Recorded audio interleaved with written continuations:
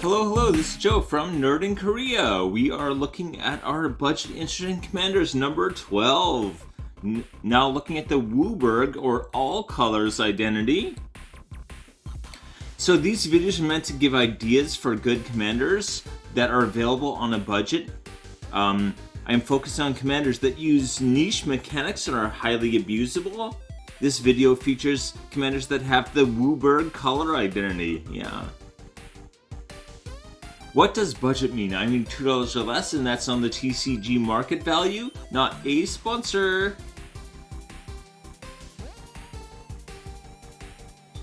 Okay, so in this one I'm going to recommend some things to put in the 99 because WUBRG, it is kind of like the most flexible because you really can do anything. You can build anything with WUBRG, and these are cards that help out pretty much any WUBRG deck.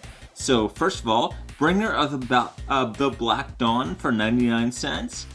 So you may pay WUBRG rather than Bringer of the Dawn's mana cost. So again, 7 black or 5 for its mana cost. It's nice to have an alternate. It has a 5/5 with trample. Anyway, at the beginning of your upkeep, you may pay 2 life. If you do, search your library for a card, then shuffle your library and put that card on top. So basically every single turn, you're setting up whatever you want.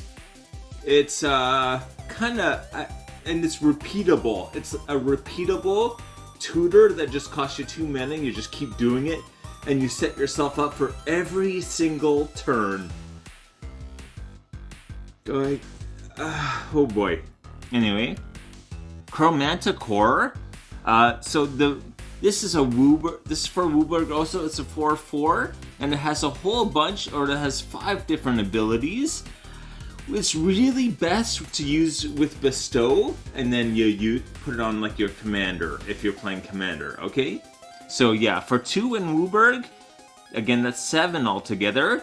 Enchanted creature gets +4/+4, has flying, first strike, vigilance, trample, and lifelink. Whew, boy. Anyway, 20 cents for that one. If you've got a commander you can just throw this on, then, oh boy. That gets you close to a whole lot of, like, that can be a part of a whole bunch of different win cons. It can be a part of a, anyway. Finally, Iridian Maelstrom. Destroy each creature that isn't all colors. If your commander's all colors, if you got some creatures that are all colors, especially if you got, say, Bringer of the Black Dawn out, and you're just fetching out whatever you want, basically, you keep drawing exactly whatever card you want, play this and just, like, wipe the rest of the board, keep your stuff alive, and just take the game. Very easy, 19 cents.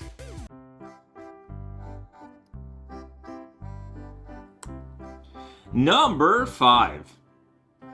Niv-Mizzet Supreme. Yeah, anyway. Hexproof from monocolored is one thing. Again, this is WUBRG, a 5/5 with flying and hexproof from monocolored. It may sound limited, hexproof from monocolored, but if you really think about it, that defends against like so much. You're probably gonna have like targeted removal in a game that won't be for monocolored, or that won't be monocolored, but how much and how many players are going to have it? Like, players almost don't have to be like set up for this commander to be able to like use any kind of target removal on it. And he's basically a spell slinger, so you're going to have your counter spells as well. It's very, very strong just as a combination there. Yeah, getting a second casting of spells with Jumpstart is a lot more added value and essentially extra cards in hand. Again, every time you play instant or sorcery, if it has 2 or more if it has exactly 2 colors, sorry, I almost said 2 or more, it's exactly 2 colors, it gets Jumpstart. That basically means you can exile it from your graveyard and cast it a second time, just like that. They end up essentially being extra cards in your hand. The value of that is crazy, especially if you start like adding some copying effects and stuff like that. It gets out of hand very, very quickly. Anyway, 24 cents. And yeah, my recommendations, I almost forgot that there were recommendations. I've done this, it's the 12th time I'm doing this, come on Joe. Anyway, Planar Genesis, look at the top 4 cards of your library. You may put a land card from among them into Battlefield Tap. If you don't, put a card from among them into your hand and put the rest into the bottom of your library in a random order. I gotta get a whole bunch of this card. That's amazing. You can ramp, and if there's no land, no big deal, you're just gonna draw a card, whatever you want out of the top 4 anyway, and the rest just go to the bottom of your library. Really great Simic. Anyway. Olorin's Searchlight. Each opponent exiles a creature with the greatest power among creatures that player controls. So you're just destroying whatever is the strongest creature. What's really nice about that is that, yeah, things like hexproof, this will get around it, right? Each opponent, the opponent is the target, and it exiles, not destroys, right? It is not destroy, it's exile. Indestructible doesn't matter. Hexproof doesn't matter. Shroud doesn't matter. You're targeting the opponent and it's exiling, you know? It's incredible. And it's going to hit, especially in the Commander game, it's hitting 3 things, okay? It costs 4 mana, which sounds bad for removal. It's getting 3 things, it's exiling them, and it's, yeah. That's insane. That's like, what, 1.6 mana per effect? Like, Anyway, 62 cents. Finally, Tome of the Guild Pact. So, whenever you cast a multicolored spell, draw a card, and you can add 1 mana of any color. It's 5, so it's an expensive mana rock, but you're just going to keep casting those multicolored spells, drawing cards off of that, and even from your graveyard you're casting, so you're going to keep drawing off things you cast from your graveyard. Yoy! Anyway, 69 cents for that one.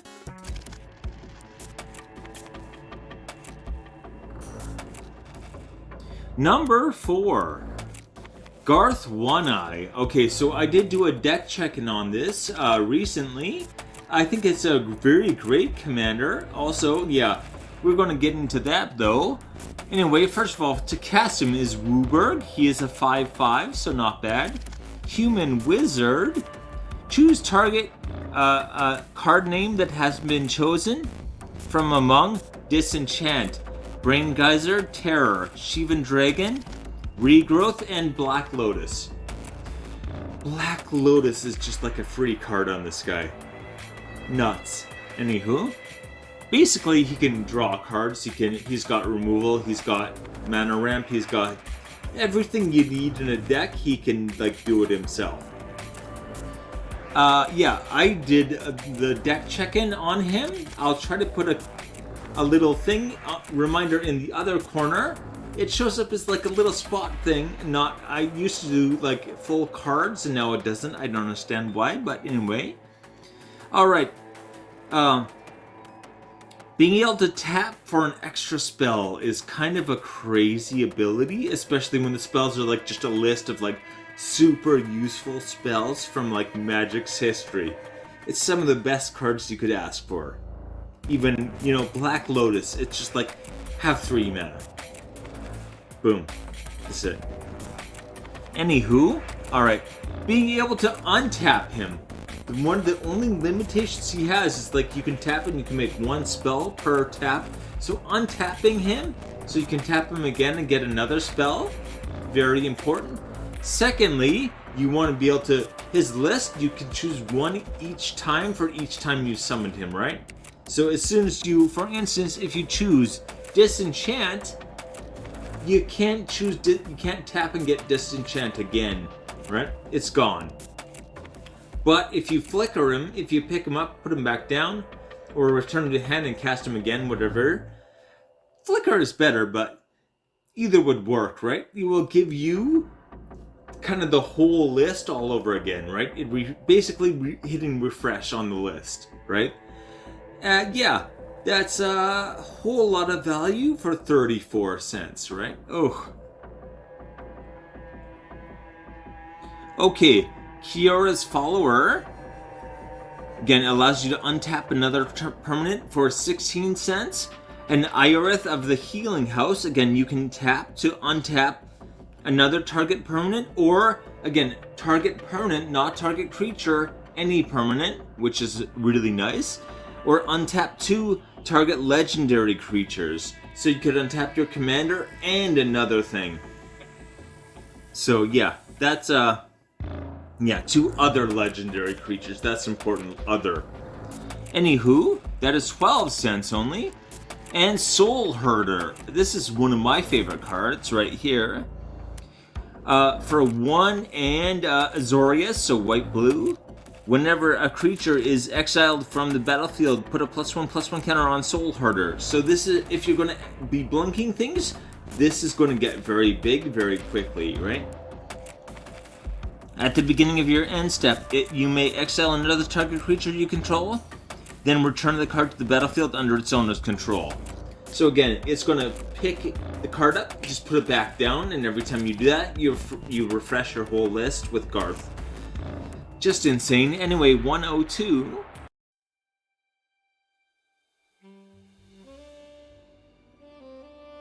Number 3. Tazri, Beacon of Unity. I feel like a lot of people are going to hate on this pick.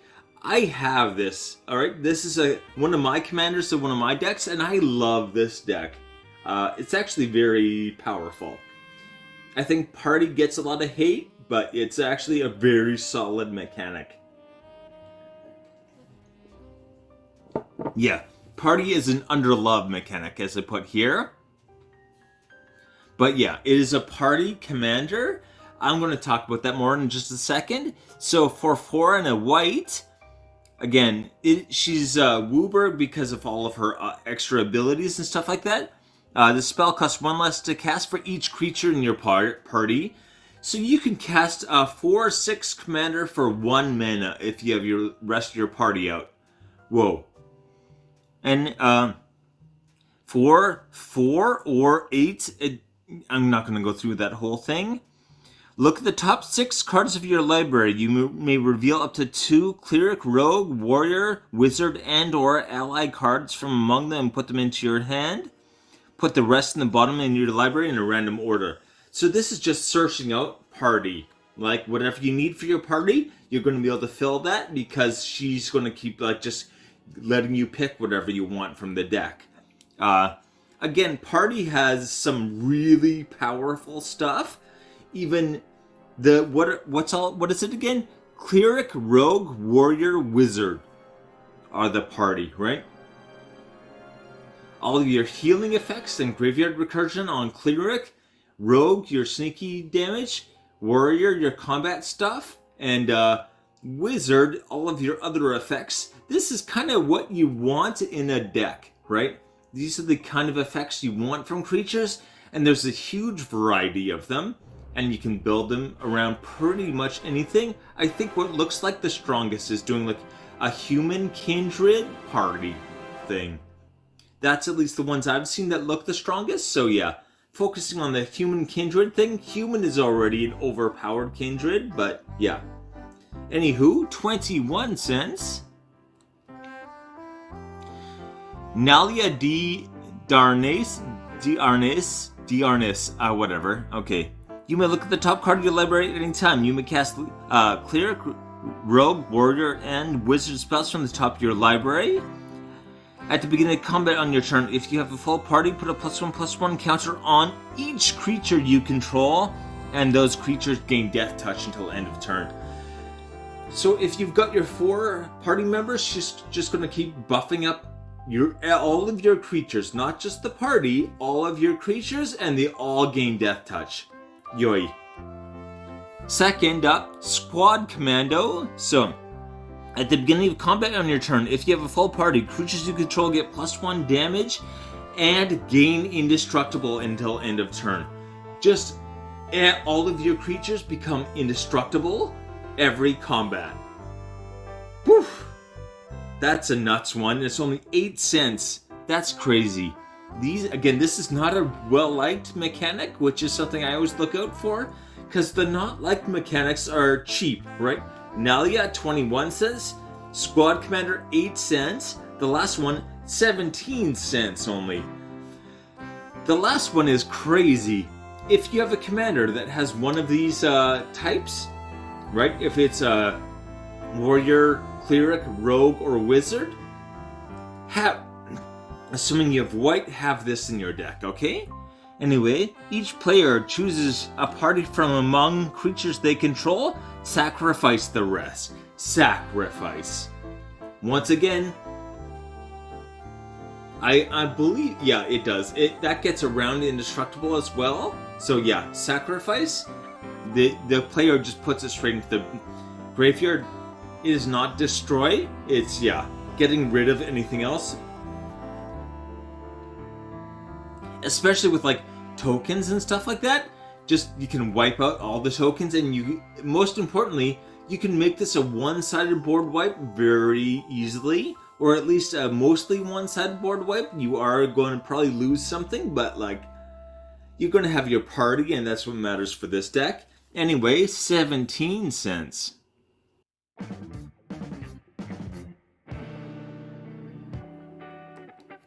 Number 2. Horde of Notions. Again, this is the Elemental Kindred now. Oh, Elemental Kindred is so strong. I did a series on Elemental Kindred already, and like, they've got so much stuff, it's crazy. I'm probably going to have to build one of my budget decks around this guy, just because I've already done the Elemental Kindred, so yeah.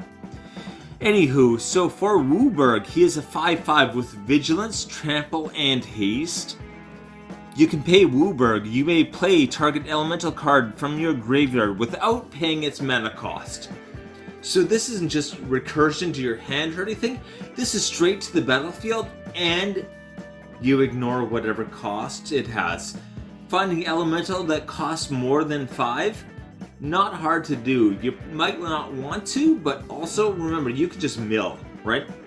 If you have some kind of self-mill effect, you're putting your own creatures into the graveyard, just pull them out and like, yeah, use them right away.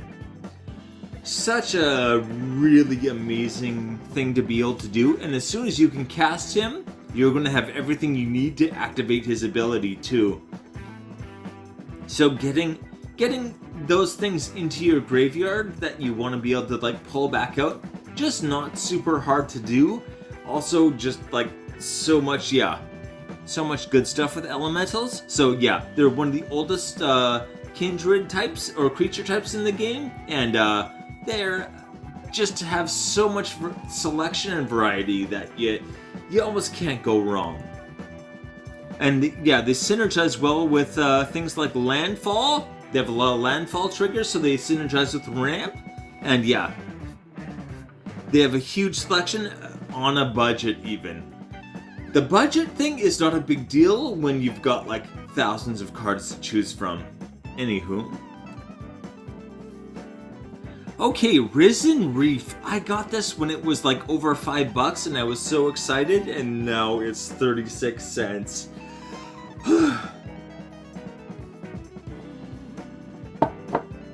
Whenever Risen Reef or another elemental enters the battlefield under your control, look at the top card of your library. If it's a land card, you may put it into the battlefield tapped. If you don't, put it into your hand. So once again, this is, you're going to look at reveal the card. If it's a land, it goes in tapped. Not basic land, just any land, right? If it's not, it goes to your hand. Anything else goes to your hand. That's a really amazing ability, and it's only 36 cents for one Simic or a green-blue. Okay, so 3 and Gruel, that's red-green. So landfall, here's our landfall. You make a 5/5 elemental. On every landfall, you're making a 5/5 elemental. Crazy. And whenever Omnath or another elemental you control dies, Omnath deals 3 damage to any target. And he's making elemental tokens. So if you can make a bunch of elemental tokens and sacrifice them even, you're just turning that into damage immediately. Really crazy combination there. 50 cents. That's pricey, admittedly. That's gonna cost 7 for him. Really high up there, but I think worth it. Finally, Jangara of the Jangara, the Wellspring, no of. I always want to add of the, I don't know. Anyway, we're going to ignore the companion because don't use it. This mana can't add WUBRG. This mana can't be spent to pay generic mana costs. Again, we're going to add WUBRG and we're going to activate his ability just over and over. This is about activating your commander's ability. Just boom, done, right? Boom, done. Just over and over and over. Your things are just going to keep flying out of your graveyard, basically. Because you're going to be able to pay for it, and you're going to be able to, yeah, just tap them and automatically do one. And then you can pay for whatever extra ones as well. So you're guaranteeing one out of your graveyard just by having your commander and Jangantha? Sorry, I think I called him Janagra before, but Jagantha. I can't read things. The names are so weird. Anyway, 80 cents.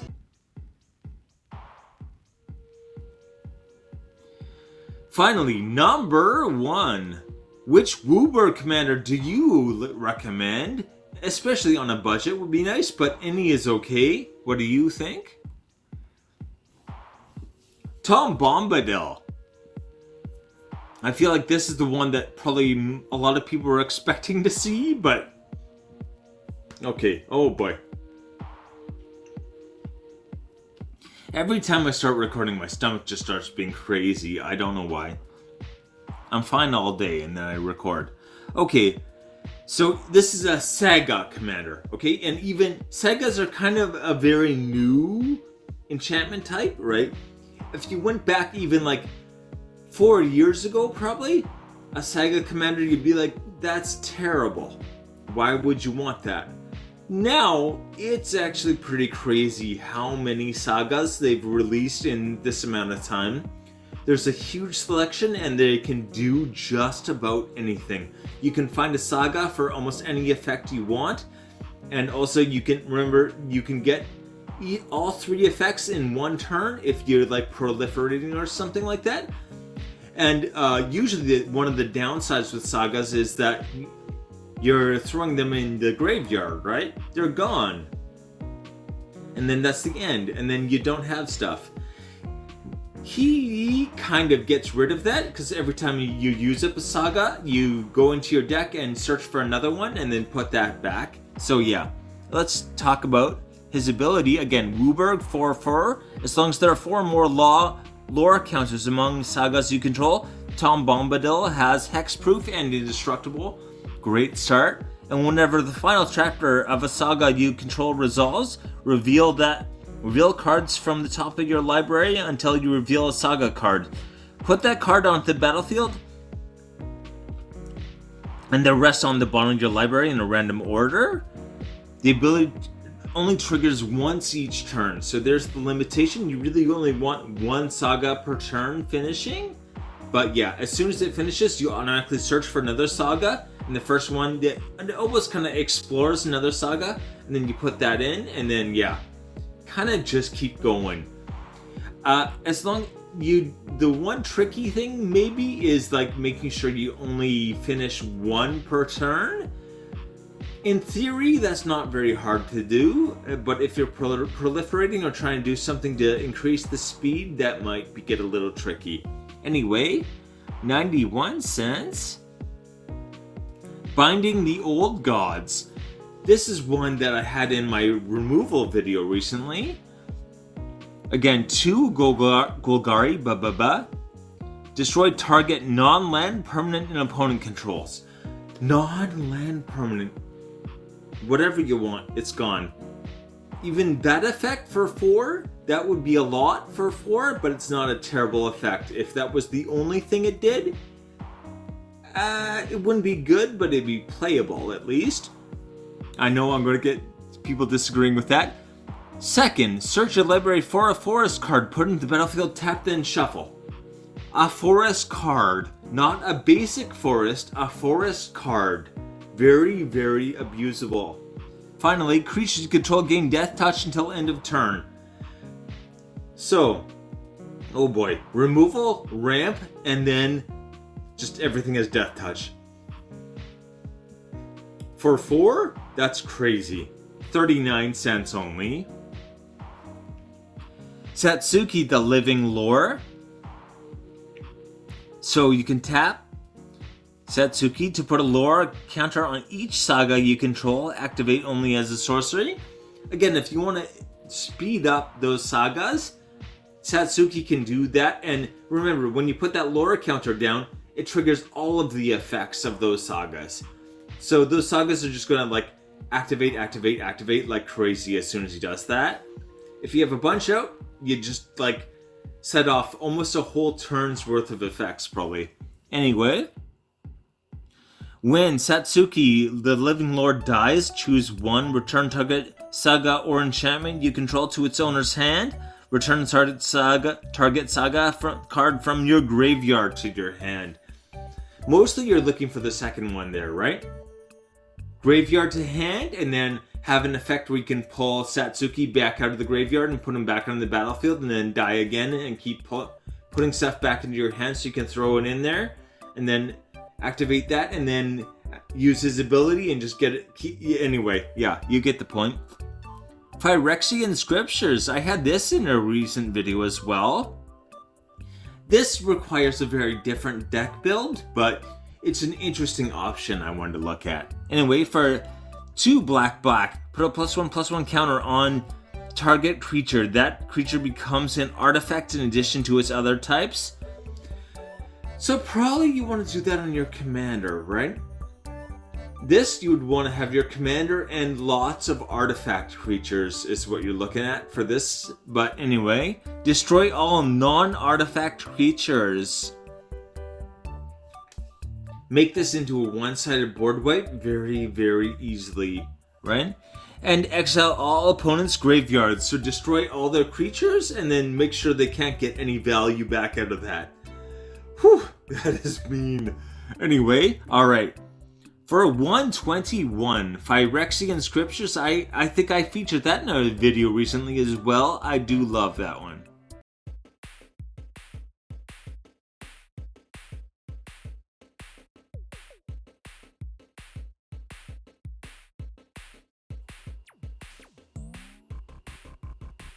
The list! Alright, so here we go. Niv-Mizzet Supreme, 24 cents. Garth One-Eye, 34 cents. And Tazri, Beacon of Unity, 21 cents. Horde of Notions is $1.40. Finally, Tom Bombadil, 91 cents. Again, Tazri, I love my Tazri deck. I feel like that's my favorite out of this list. But anywho, what do you guys think? Alright, take it easy.